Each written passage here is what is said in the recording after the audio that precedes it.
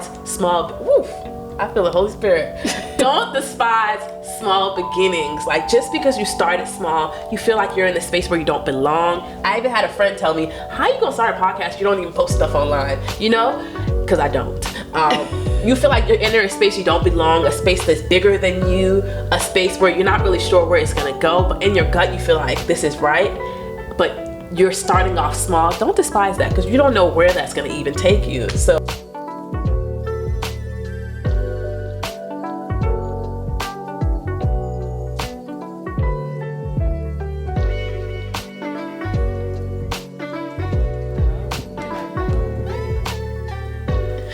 hey guys, and welcome to another episode of Can I Grow with Liv and Ro.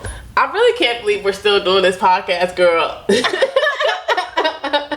few episodes in, but we're still going. It's been a journey, to say the least, and that brings us to our topic today. We want to tackle the topic of imposter syndrome. Yes, because Lord, we got a lot to unpack today. But before we unpack it, we want to just give everybody an understanding of what imposter syndrome is and some symptoms and where it comes from. Then we're going to dive into why we even want to talk about this with y'all. So according to Google University, imposter syndrome is the condition of feeling anxious and not experiencing success internally despite being high performing in external objective ways. This condition often results in people feeling like a fraud or a phony and doubting their ability. Imposter syndrome is a cognitive distortion. It causes people to doubt their skills and accomplishments. They doubt others' high regard for them. And they doubt their own history and track record. That really resonates with me, because just hearing, I feel like we talk about imposter syndrome all the time, but we never really know the full definition of it. Yeah. I see it a lot on LinkedIn. Yeah. Are you on LinkedIn? I am on LinkedIn, girl. I see a lot of people talking about imposter syndrome, which in my life, I think I've experienced imposter syndrome often. Yeah.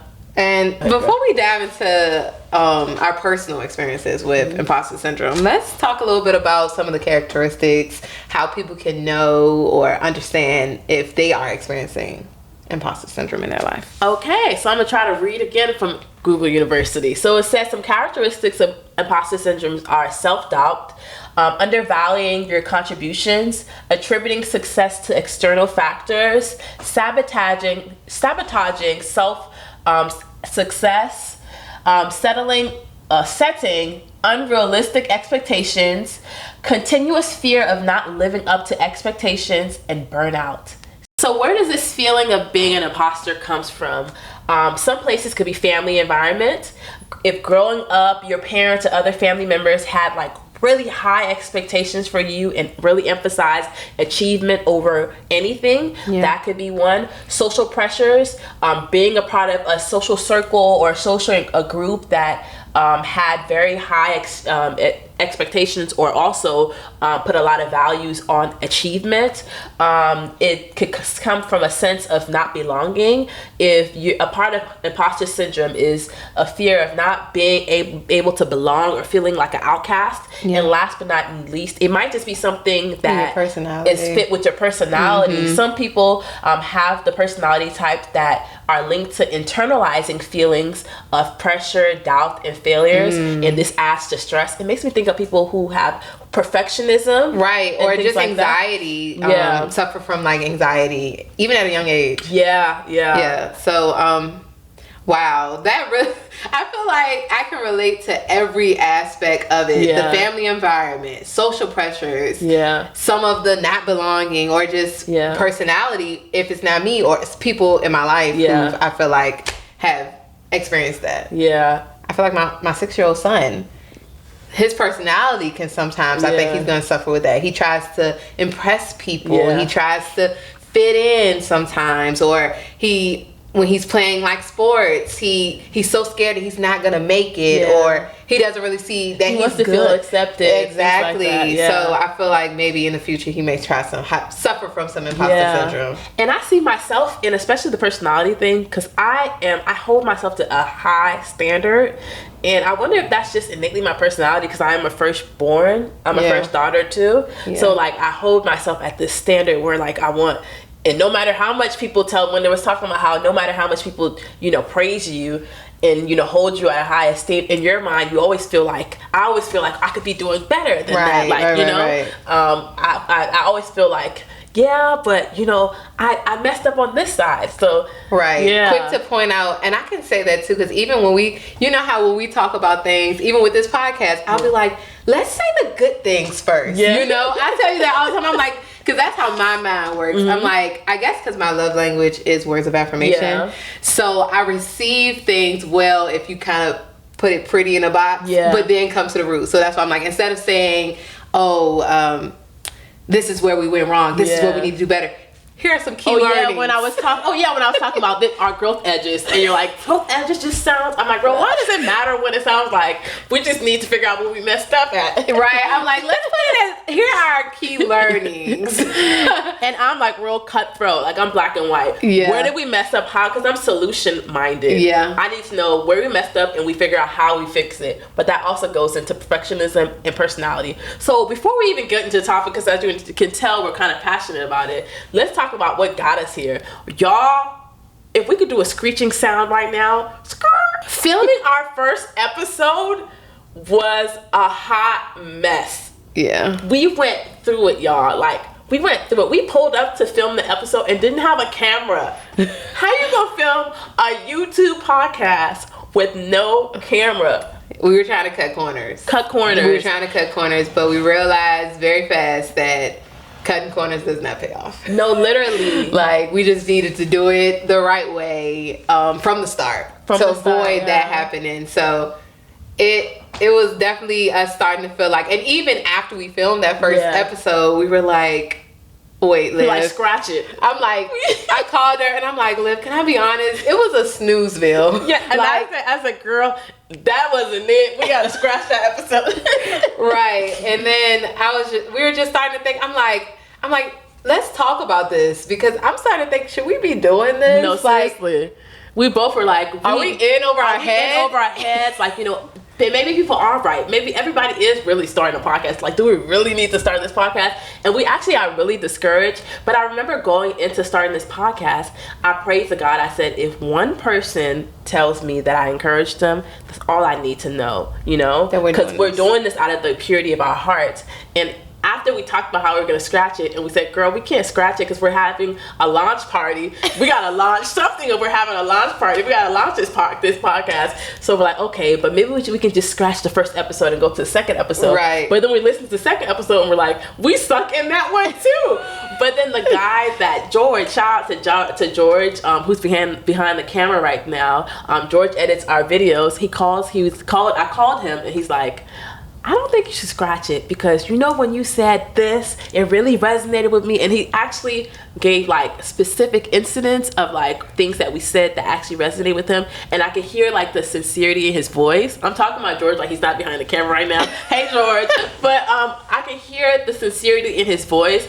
And it actually just sparked that little glimpse of hope in me. And when I called bro, I think it did the same thing too. I was like, really? Yeah. I was like, oh, that warmed my heart. And like, I only let my mom listen to it, and she was like, no, I like it. Y'all had some really good points. So, and even someone else, Anthony, when I talked to Anthony and Denicia, my sister, my soon-to-be sister-in-law, Anthony, my husband, I told him about it, and he goes like, Olivia, I love Jackie Hill Perry. Shout out to Jackie Hill Perry. Literally, she's the GOAT.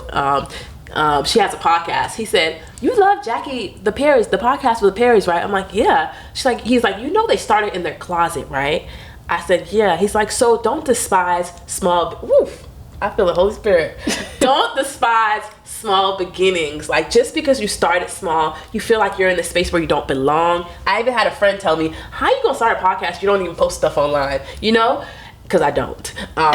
you feel like you're entering a space you don't belong, a space that's bigger than you, a space where you're not really sure where it's going to go, but in your gut you feel like this is right, but you're starting off small. Don't despise that, because you don't know where that's going to even take you. So, and all that goes to say is, like, we were starting to suffer from imposter syndrome. Who are we to think that we can do this? Because even with me, I'm like, I don't have a huge following on social, you know, but I have people in my life who always express to me how I motivate them, how, you know, I should start some type of podcast, something. You be trying to be, she literally is a therapist, like random people, she'll get a job and she's like, you know, I met this girl and how and you'll help them, bro. Literally, like, shout out to you. She'll meet someone at her job and literally start like a healing process at the job. I'm like, you need to take this seriously. And so we have the characteristics within us to do it. But I think it's an intimidation of walking into a space where, like, you're like, I might actually really fail at this thing, you know? Yeah. And it makes me think about even in work, you know, moving on to being in corporate America, not to mention, you know, we're Black. Yeah. And women. I'm in tech. Right. A male-dominated field. And, you know, I'm amongst, you know, all these different races where sometimes I'm the only Black person in the room, you know? And it leads me to wonder, like, am I supposed to be here? I remember when I got my first corporate job, I was like, oh my God, they're going to find out. They're going to know I'm a fraud. Like, what was the meme? How will they know? But I kept getting so much confidence. I mean, I kept on getting kudos from my leadership, from people just reaching out to me saying, oh my God, Rolanda, since you came on, you've taught us so much. And I'm like, I remember talking to my mom. Y'all, I talk about my mom all the time. We always speaking. That's like my bestie. I'm like, Mom, they're telling me that I'm doing so well. I don't feel like I am. She's like, girl, do you not know who you are? Exactly. Like, she's like, you're that girl. And I'm like, maybe I am that girl. And you know, that even makes me think of, like, starting this podcast, how we said we're going to have the launch party. So I said we're going to have the launch party, send out, I think, 35 invites or so to 35 ladies that we wanted to invite to this, you know, curated event. And almost all of them RSVP'd yes. So I was talking to a friend and she said, and I said, I can't believe everybody RSVP'd yes. And she said the same thing to me, like, Olivia, sometimes I don't think you know who you are. Sometimes I don't think you know your worth. Yeah. Like, I don't think you know your worth and how people want to support you. Yeah. So I think sometimes we ourselves don't know who we are. Sometimes we don't know our worth and what we really bring, the value we bring to the spaces that we enter.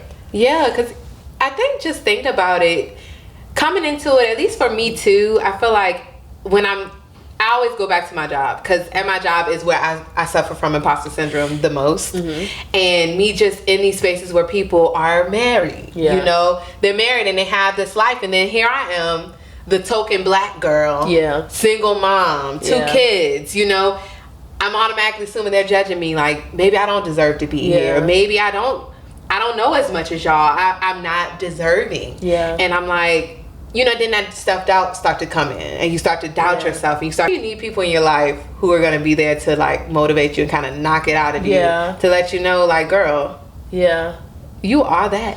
I think also some things, because we're going to get into how to combat this feeling of within self. I think we're going to get to that in a moment. But some things to even put in your toolbox. I think one thing that's important is, like you said, community. Having people around you that literally see the best in you.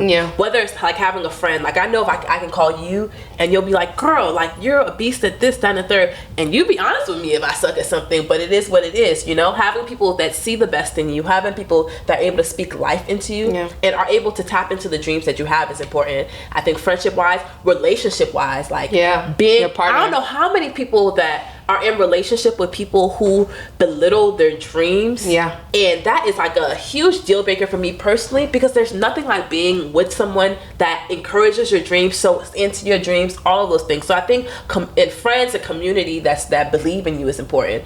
But honestly, y'all, I'm sorry, I'm gonna take it back to God for a second. Another huge thing about it too is being aligned with God.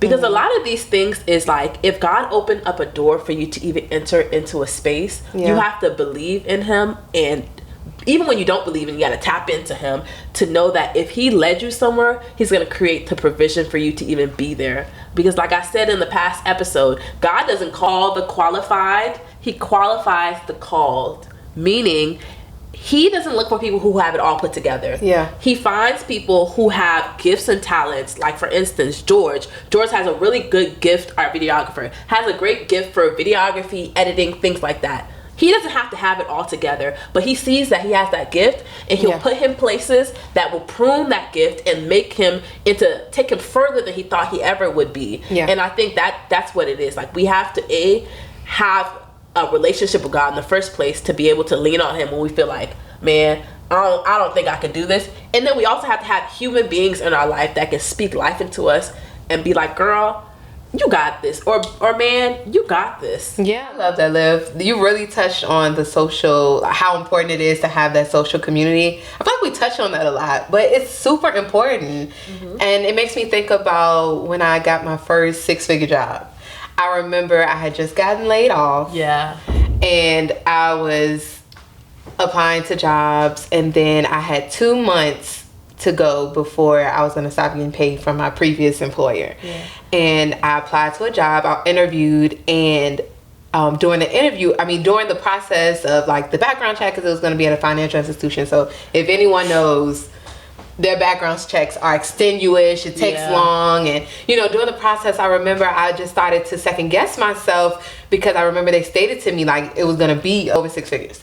And so I was like, Liv, I don't think I'm gonna get it. I started second guessing myself. Like, what make me deserving of this? It was like a higher title. I hadn't been, I was a senior specialist at my other role, and they were trying to make me manager and over a program and everything at their company. And I'm like, I don't know. Yeah. I'm not gonna, that fear started to come in. And I remember you told me like, Rolanda, favor ain't fair. That stands out to me, because I love that you have that much faith in stuff. Because I'm always second guessing myself, thinking I'm undeserving, I'm not worthy. I'm always comparing. What do I say? With them, it doesn't happen to them. Yeah. What makes you think it's gonna happen to me? And then you're like, and again, you just said favor isn't fair. And I'm like, that's real. Yeah. And I end up getting a job, and you're like, girl, I told you. No, really, because favor really isn't fair. Like, what's for you, it's such a cliche, but it's so true that what's for you is for you. And that even made me think about when I got my first big girl job. For like the first 3 months, I was just waiting for the rug to be pulled from under my feet. Literally, I'm like, I was scared to spend my paycheck, because I'm like, this is too good to be true, Because it's just, I looked around, and like not many people around me were like doing well like that. And like, I mean, at that time, now that's nothing, but for that standard, not many people around me were doing as well. And I'm like, even though I knew that favor isn't fair, but things sometimes when it comes to other people, for yourself, it's like I was kind of getting nervous about it. I even remember my job sent me out to Germany. The whole time I'm in Germany, I just felt so like incompetent, and like I felt like I didn't live up to that I couldn't live up to the standard, not knowing I was doing the doggone thing.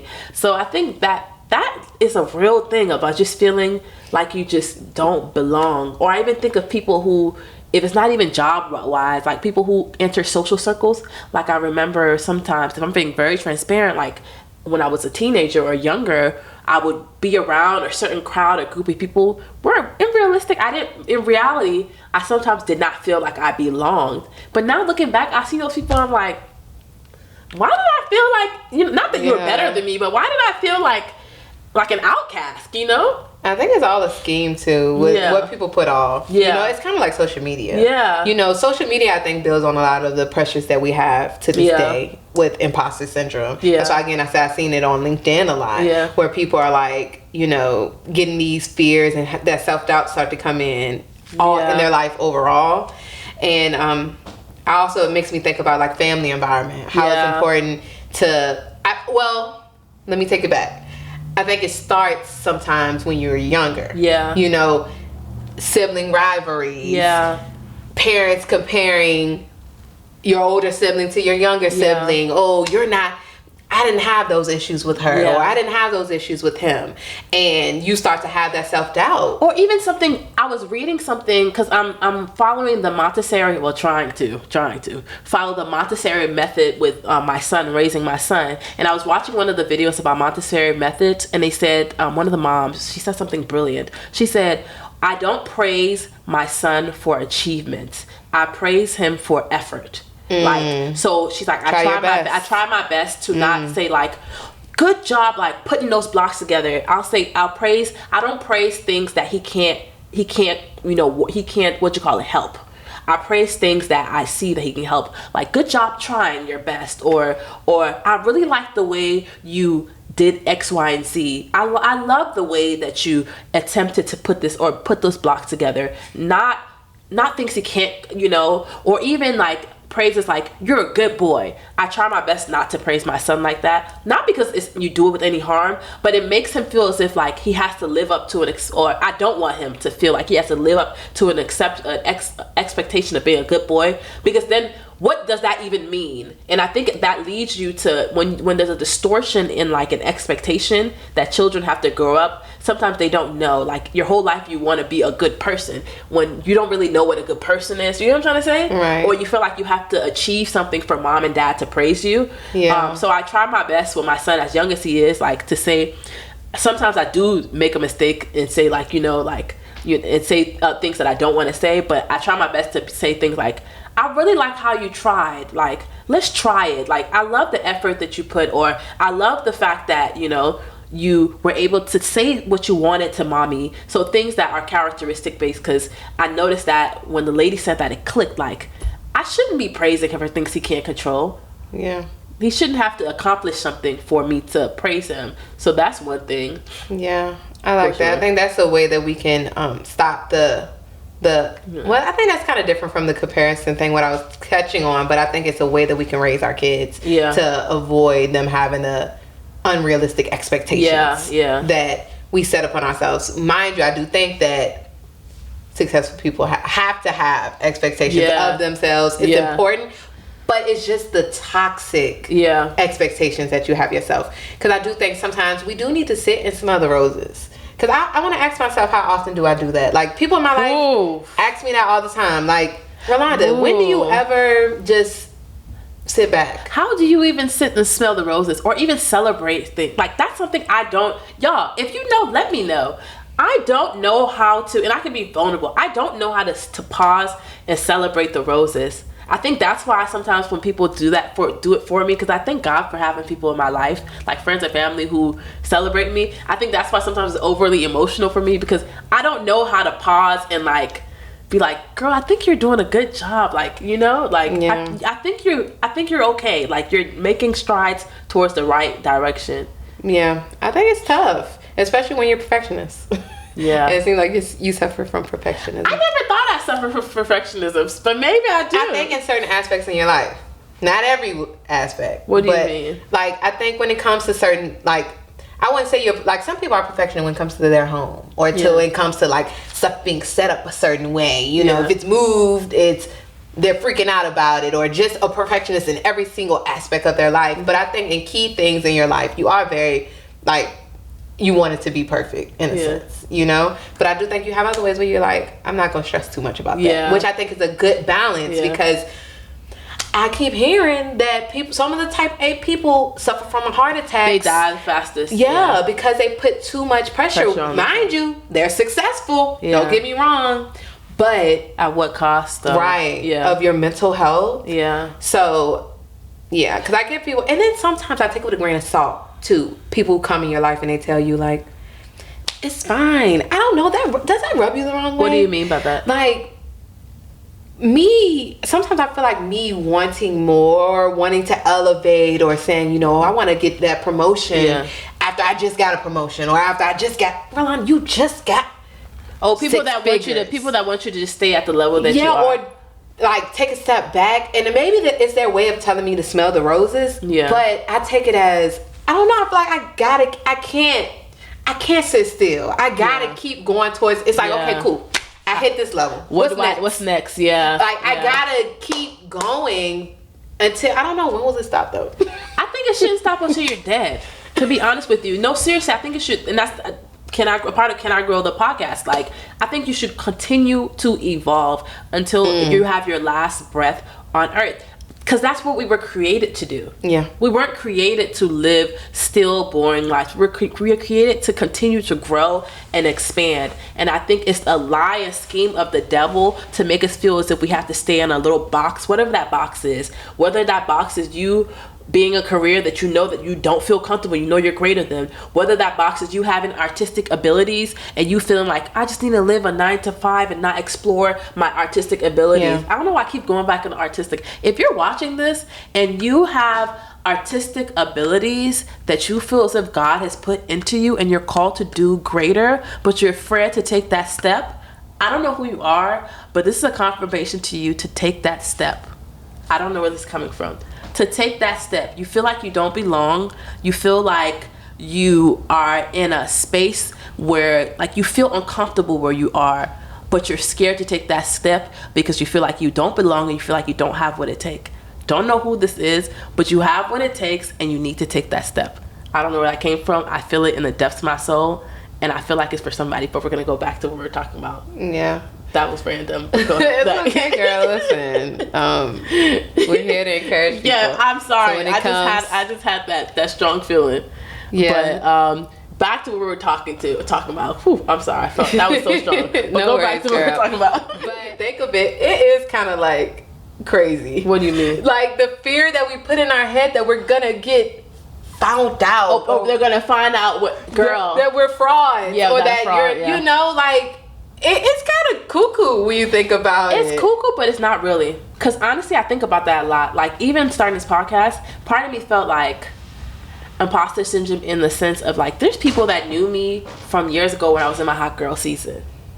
Like, you know, where I was like, I was in the hot girl season. I wasn't being a HOE or anything. But, you know, I was living my best life and stuff like that. But, and I thought to myself, like, what if they watch this and think, like, I know her, like, who does she think she is to be doing things like that? So think that does come up. Or, like, for instance, I think about people, I don't know why I keep talking about this ex-con, but, like, people who, like, went to jail and stuff like that, and they get out and they want to start a business, and in their mind, and they enter, let's say they enter a room with board, you know, executives, in the back of their mind, they're like, who am I to even be here, you know? So I really could resonate with people who feel like, yeah, I have this opportunity, but, like, I either messed up in my past or I don't have enough education. Like, I think about people who may have dropped out and feel like they don't have the education they need to get to where they want to be. So a lot of things about our past sometimes makes us feel like we're not qualified to be in certain rooms, to achieve certain things, and to enjoy certain things.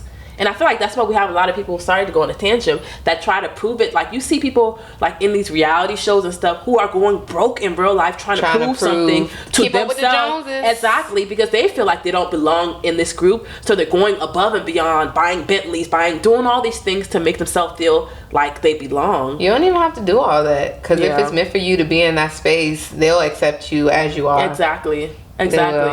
But I feel like you have to have the confidence and the willpower to go into those spaces and approach it unapologetically. Yeah. Because that's the biggest thing that I did, coming to a company, being only black girl sometimes, and being in a room full of, you know, different races, and, you know, you sometimes, and I don't know if that started from our ancestors, but, you know, feeling like, oh, they're superior over you, you know, and that, do I belong? You know, what are they thinking? You feel like you have to talk a certain way. You have to be a certain way. Well, I do think it's important to speak eloquently. Yeah, and have decorum. Yeah. Yes, that's important.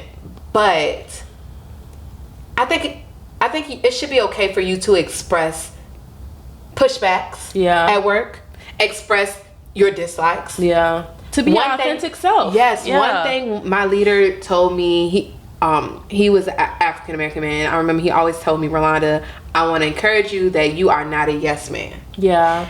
And sometimes when you come into these spaces, just happy to be here. Yeah. I'm just happy you're accepted my application. Yeah. You're like, I'll do anything. Yeah. Yes. But he's like, no, you're not a yes man. Sometimes when you don't even know your worth to, you allow people to take your value for discount. Yeah, like it's kind of like you are a Mercedes Benz and you don't know your worth, you don't know your quality, and you just let people take you, you know, for the price of a Toyota. Think about that. Even outside of like this, I think about like, I have some friends who are gorgeous girls. In the situations they allow themselves to be in, I'm like, you don't even know your worth. But you just feel so blessed to be in the presence of these people because they have money, or this guy because he drives a nice car. You don't even know your worth. You are precious and above all of it. Yeah, but you feel like an imposter in this reality, so you accept whatever comes because you just I'm so happy to be here. And do you know that people prey on that? Oh yes, they do. People prey on that. They look for people like that to take advantage of you. To use you, manipulate you, to use you for their benefit. And then 10 years later down the road, you realize, damn, where am I? What am I doing? Why am I here? Exactly. But then even if you do find out 10 years later, it's never too late. It's never too late to grow. Can you grow?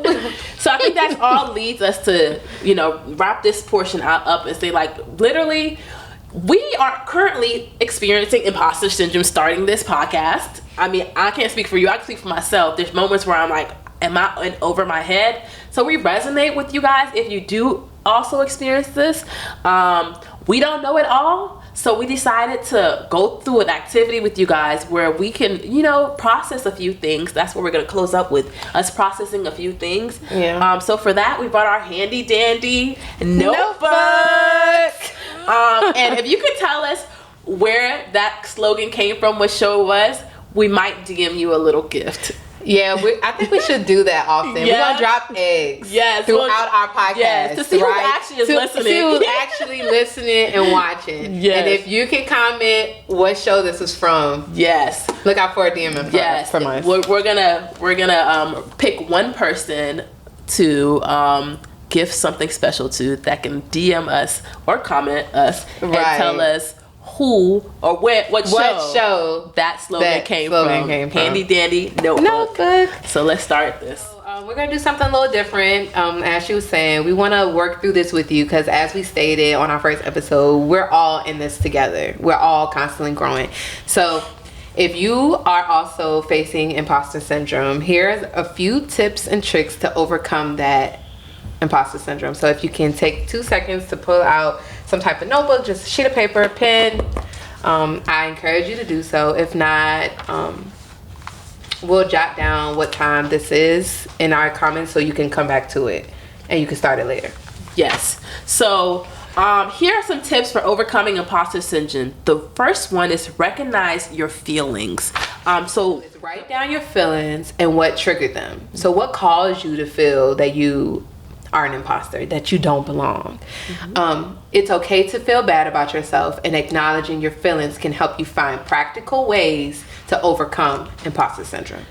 So let's start it out. So for me, Ro, I'm going to use starting a podcast as my prompt. Okay. So recognize my feelings.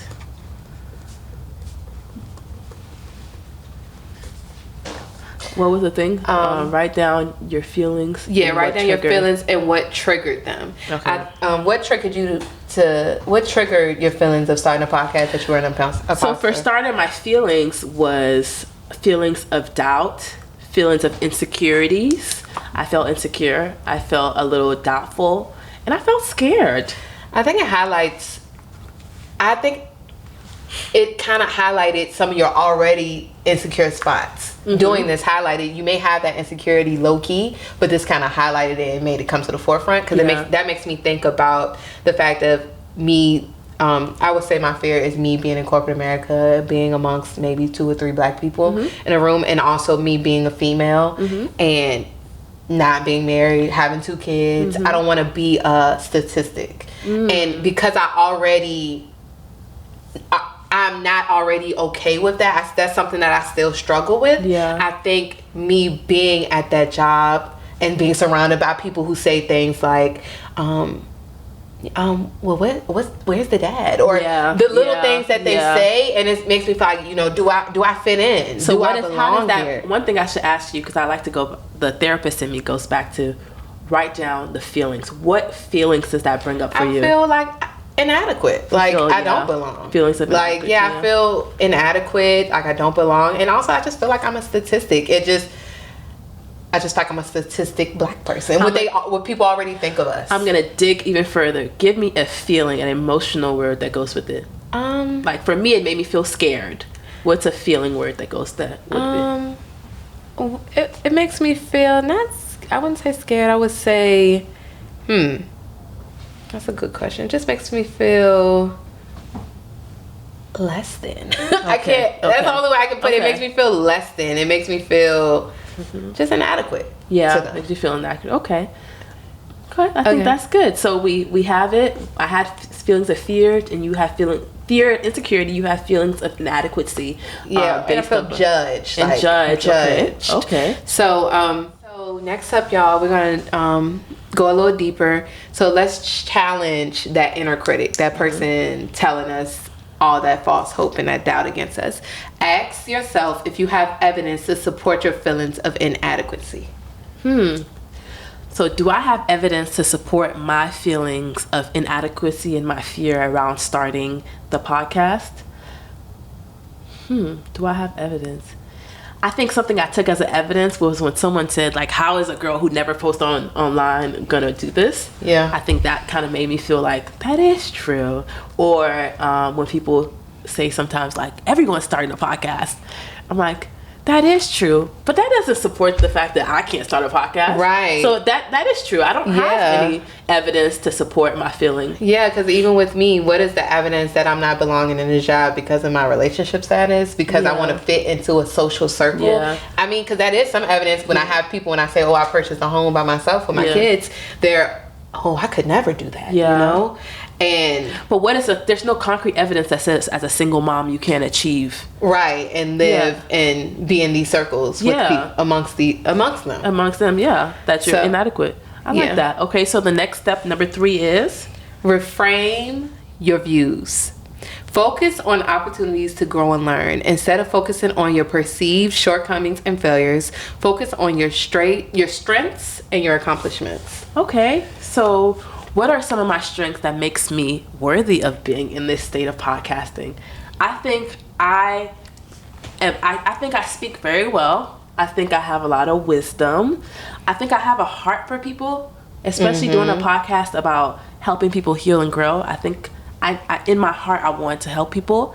And I feel called to do this. Yeah. So how about you, girl? I would say my strength is that I'm very knowledgeable. I have the experience, the years.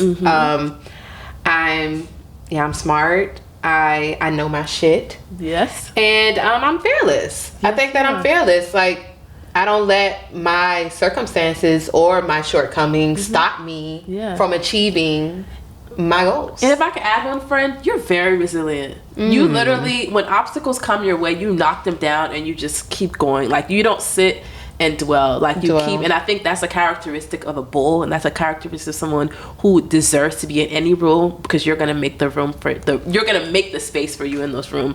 So I think that adds to it, girl. You're welcome, girl. So moving forward. So number 4, what's the 4th step? Seek support. Share your thoughts with someone you trust, or consider talking to a professional. Listen, y'all, mental health is important. It's important. So don't ever feel ashamed to go and seek that extra help. And I think we both have done that with therapy. We both have had therapy. And we got each other, which is our part-time therapist. Yeah, she's gotten better with me because I don't seek therapy like I should. I'm gonna be honest, y'all. I love therapy. But and a mentor can provide guidance, support, and on your skills and accomplishments, helping to dispel any self-doubt. Wow. And that's under number 4. Before we even go to the last point, I'll say, for me, that's something I've deeply desired for a long time, is a strong mentor. At one point I had one, but I feel like because of me, the relationship has kind of severed. But I think having a mentor is so important, because sometimes mentors see something in you that used to be in them, and they know what it takes to make that bloom into what you don't even see possible yet. So I would really suggest anyone out there to find a mentor. I'm saying this to myself too, because I deeply want a mentor in this space. That relationship. Yeah, I would definitely say find a mentor that's doing what you want to do. Because even with my child, I tell my son, when he's playing, you say you want to play basketball, I want you to watch what the best player on the team is doing. You watch what he is doing, because that's going to be your motivation to get better. Like, and that's what I believe. If you have someone in your life, or a person who's successful and doing what you want to do out of life, talk to them. And that really does help in imposter syndrome too. We're gonna go to the last point, I promise. But that really, pause, even before we go, y'all, I have this blanket like this because it's freezing in this room, just so don't judge me. But so yeah, that goes back to imposter syndrome. I could see why sometimes I could be hard on myself, because I have a lot of people that are praising me that either A, aren't in the realm of where I'm trying to be, or B, like, I'm just gonna keep it that before I say something that makes me sound condescending, but are not in the realm of where I'm trying to be. You know, like if I'm trying to be a speaker and you are a basketball player and you're telling me you're a great speaker, it's like, yeah, thank you. But if someone who is a renowned speaker comes to me and say, Olivia, you're very eloquent, I'd be like, oh my goodness. It means more. Kind of like when your mom or your dad gives you a compliment. An affirmation. They say, oh, you're so pretty. You're like, you're supposed to say that. But like, if the boy that you've been looking at in high school comes and says, who gets all the ladies, right? He looks at you. You're stunning. Like, I'm stunning. Right. So I think that's something too. Maybe that's something I deeply need in my life. So mentor, if you're out there, you want to mentor me, please let me know, because I'm looking for it too much. Shoot your shot. Shoot your mentor shot. And you know, in this space in my life, I'm not afraid to shoot my shot. You are. You've been really bold. I followed this lady on Facebook because I was thinking about getting into real estate, and I wanted her to mentor me. Yeah. I never shot my shot at her though, but I did follow her because I always think, you know what? Hold me accountable. I'm gonna shoot my shot to a mentor, because I think that might be what I need in my life. Let's do that. Let's have that as a goal. Yeah, as a goal, friend. And y'all hold us accountable too to make sure we've done it. Let's finally go to the last but not least. Step 5. What is step 5, bro? Embrace your successes. Acknowledge the hard work you put in and give yourself credit where it's due. When you do well, reward yourself with something that makes you happy. You know, and I think that's really important. Going into this new era, I told myself, I'm going to start celebrating myself. Self-care is going to become a part of my ritual. And I think that's important. Like, after I do something, I need to, just like how if someone in my life accomplishes something, I always want to be there to support them. I need to give myself that. So I'm going to start doing that. When I accomplish something, I'm going to celebrate myself. So we're going to celebrate ourselves like crazy this weekend for starting this podcast. And we're going to make sure to do it, girl. Yeah, I think we definitely should reward ourselves more. I know one thing I like to do, I feel like I don't reward myself enough for accomplishments, but if I'm having a bad day, I'll definitely like give myself a treat. I give myself a treat. Like, listen, I'm about to go buy me a nice meal, cut up by the TV. But I think it's also important to reward yourself and not minimize yourself for the people around you. Because I think a lot of times while we don't reward our successes, because we don't want to make the other person feel a certain type of way or whatever may have you. To celebrate ourselves. Right. To celebrate ourselves. Yeah, I think so too. Girl, this has been a good topic. I feel like we just had therapy on this couch. Yeah. So yeah, I'd be comfortable ending it right here. You got something you want to add, bro? Yeah, I don't have anything I want to add. I guess I will add one thing. If you are suffering from imposter syndrome, know you're not alone. A lot of people are. Yes. And if you didn't realize you were suffering from imposter syndrome, we hope that this helped you to understand that it's okay. Nothing's wrong with you. And we were glad that we could teach you something. Yes. Because we learned some stuff too. We did learn some stuff. And if you didn't go through this activity, please go back and go through it, because it's a really great one. Till next time, thank you guys for joining us on this journey of growth. And see you next time. We'll see you next time.